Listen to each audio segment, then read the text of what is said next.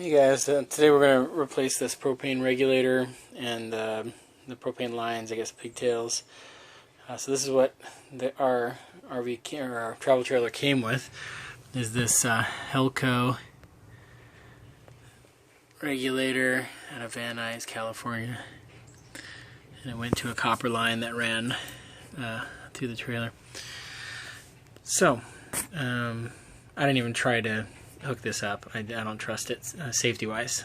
So what I got is, went to Camping World, 4th of July weekend. We got this pretty sweet reusable shopping bag. Mr. Heater, propane auto changeover, high capacity 2-stage regulator. Got that guy.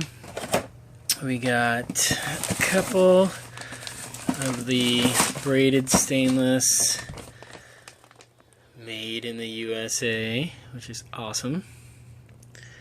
Propane hookups, and they've got the correct fitting here to screw into the regulator. And then I decided to get this propane tank cover, vinyl cover. I don't know, we'll try it out. We're just going to use these 20-pound cylinders for now. If we have to upgrade later, we can. Alright, let's get this thing hooked up.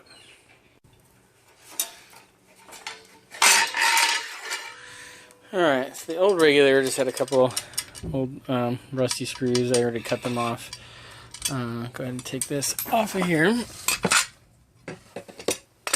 And here's our tank hold down and also the mounting bracket for the new regulator. Now, it did come with a mounting bracket that you could use, and that would mount on your all thread here. But I guess you just get a couple extra nuts, and maybe you could mount it down lower. So you can either go that route, or I realized that the original mounting holes on this bracket are pretty dang close to the mounting holes required for the new regulator.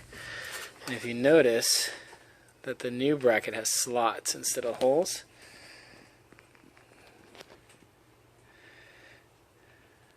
and the holes line up pretty well, but I have a feeling that I'm going to have to oversize at least one set of holes to get this to work. Let's see. Put the top 2 screws in, and if you look here at the bottom holes, it is so close to working, but it's just a little bit off, just enough that you can't get the screw started. So I'll go ahead and drill these bottom holes out and knock them out another, I don't know, 1/16 inch maybe. I drilled all 4 of them out to 3/16, and just oversized them just enough to get all the screws started. So that fits really nice though. So I think I will go ahead and sand this bracket down, give it a little wire brushing and a coat of paint before I stick this all together. Gave these a couple coats last night. I just did some automotive primer and then some of the gloss white. Turned out alright. I mean, they're going to be covered up anyway with that cover. So I'll get these up and installed. I wanted to make sure I get these part numbers for you. So this is the regulator, and the pigtails are, that's the Camping World number, but the number on their packaging is here.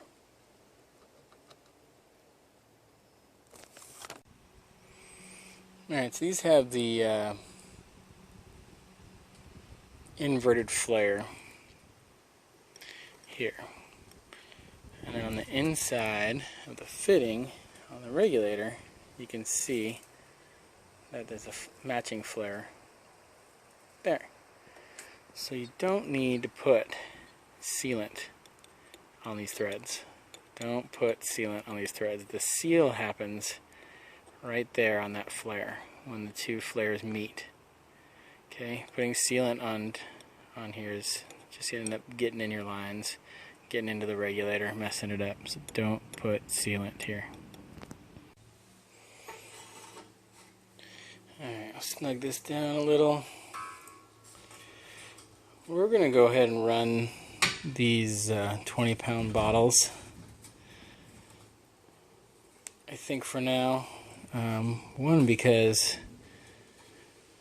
I already have them.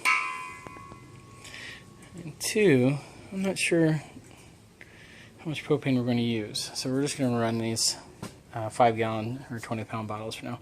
So what I need to do is cut this all thread so we don't have so much sticking up so our cover can go on.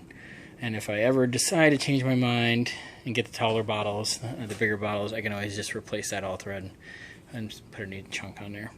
So I'll go ahead and mark this, and then I'll pull everything back apart, cut it off so I'm not throwing sparks on top of these bottles. And we'll put it together and see what it looks like. Alright, I made my marks here, and I've got this old nut. Now if you run the old nut down below where you're going to cut, when you cut this off, and you can clean it up a little bit with a grinder or whatever, but when you unthread this nut past the cut, it'll clean the threads up for you. Works out pretty good. So I'm going to go ahead and hit it with the cutoff wheel. I'll cut this off, and I might clean it up with a sanding disc. And I left it a little long because I was thinking maybe I might drill a hole through this and throw a tiny padlock on there just to lock up the bottles. I don't know, just a little layer of protection. We'll see. Alright, got it cut off, and then see, I can run the nut off even just by hand, and that'll clean up if there are any burrs on the very end here. That would at least get the threads cleaned up enough that the nut could pass. And then you probably want to clean it up a little bit more so there's no sharp edges for your fingers. Since we cut this off, if this was a galvanized all thread, now the end is bare. It doesn't have the galvanized coating, so you're going to want to protect it or else it's going to rust. So I'm just going to daub some little bit of paint from a paint pen on there, protect it. Kind of late for mine, but if you don't want to mess up your new paint job there, you could throw a washer in there before you tighten this guy down. And let's see if we can get it started one-handed. There we go. Nice. Alright, so get these guys in, get that in, get this tank turned, crank it down. Luckily, something I didn't think about until just now, that my wing nut here does not interfere with the regulator, so that's a good thing. Alright, so we have a little nub there. Like I said, I could possibly drill a hole through here and put a tiny padlock on this just to make it, I mean, whatever, a little bit tougher to steal the bottles. So, got our nice stainless lines. The one thing I was looking at here was this, how close this was, but these aren't on yet, so let's get this connected and then see how they do. Okay, so that's totally fine here. Looks good. So these are the 15-inch. I almost got the 12-inch. I don't know if the 12-inch would have worked now that I look at it. It might have been a little too tight of a bend here. So 15-inch. Entirely possible that the 12s would have worked, but this looks pretty good. That's good. That's not touching here. Not touching here, barely. I could probably get a little bit of twist out of this line if I had my other hand free, not holding the phone. Alright, so next I'll get my supply line down here. Tape. Let's see if it'll focus. Make sure your tape is for gas. Go ahead and wrap this is a 3/8 pipe thread, so this one does get the sealing tape. So I'm going to get this wrapped up and installed. Got my tape on there, bottom of the regulator. Your supply line goes in. Very nice, very nice. Looking good. So, we've got our double tank cover. Good for sun, and rain, and snow, the ocean, wind, I don't know, north, south, east, and west. Alright, so it looks like it's got some press board in here. And the cover, so let me get this opened up. I didn't see any instructions, but we got these two pieces of press board. And I assume that this super heavy duty piece of plastic is going to fit here in between the two pieces of press board, keep them together. So inside the cover, when you look on the inside, you can see there's a split. This is the top, so this is upside down. I guess the press board's going to slide in here, and that little piece of plastic will go here. So let's see. Give this a try. I managed to get that press board slid into these little pockets. These pockets appear to be made out of tie back. That's what it looks like to me anyway, or something similar. So I got them slid in, one there, and I'll try to slide this guy on here and get them joined up. Heavy duty plastic clip installed. Alright, so let's turn this thing right side up. It's got some kind of zipper here.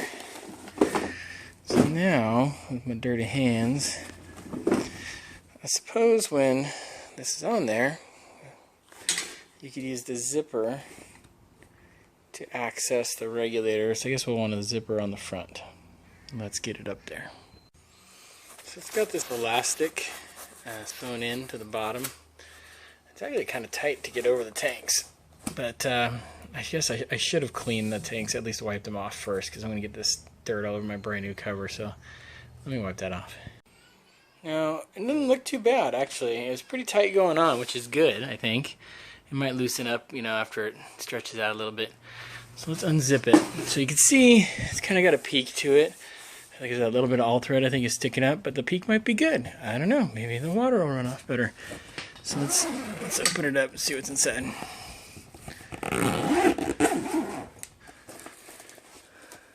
So now you can get to your valves. I can actually get my hand under here and turn the valves on and off.